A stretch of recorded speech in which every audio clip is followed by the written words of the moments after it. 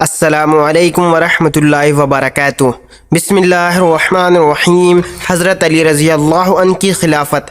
حضرت عثمان رضی اللہ عنہ کی شہادت کے بعد حضرت علی رضی اللہ عنہ مسلمانوں کے خلیفہ بنے۔ حضرت عثمان رضی اللہ عنہ کی شہادت کے بعد لوگ حضرت علی رضی اللہ عنہ کے گھر پہنچے کہ ہم آپ کے ہاتھ پر بیعت ہونا چاہتے ہیں۔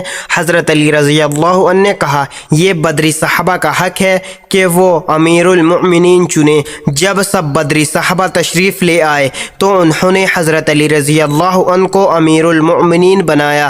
حضرت علی رضی اللہ عنہ منبر پر بیٹھے۔ لوگوں نے حضرت علی رضی اللہ عنہ کے ہاتھ پر 18 ذی الحجہ جمعے کے دن بیعت کی۔ حضرت علی رضی اللہ عنہ کے زمانہ خلافت میں منافقین کی سازش سے مسلمان دو گروہوں میں تقسیم ہو گئے تھے، جس کی وجہ سے مسلمانوں کو کافی نقصان اٹھانا پڑا۔ مسلمانوں کے آپسی اختلاف کے باوجود اسلام کے حدود میں نئے ممالک آ رہے تھے اور مسلمان اسلام کی دعوت دینے اور دین کو پھیلانے میں منہمک تھے۔ بے شمار لوگ اس دین کی سچائی اور حقانیت کو دیکھ کر اسلام میں داخل ہو رہے تھے۔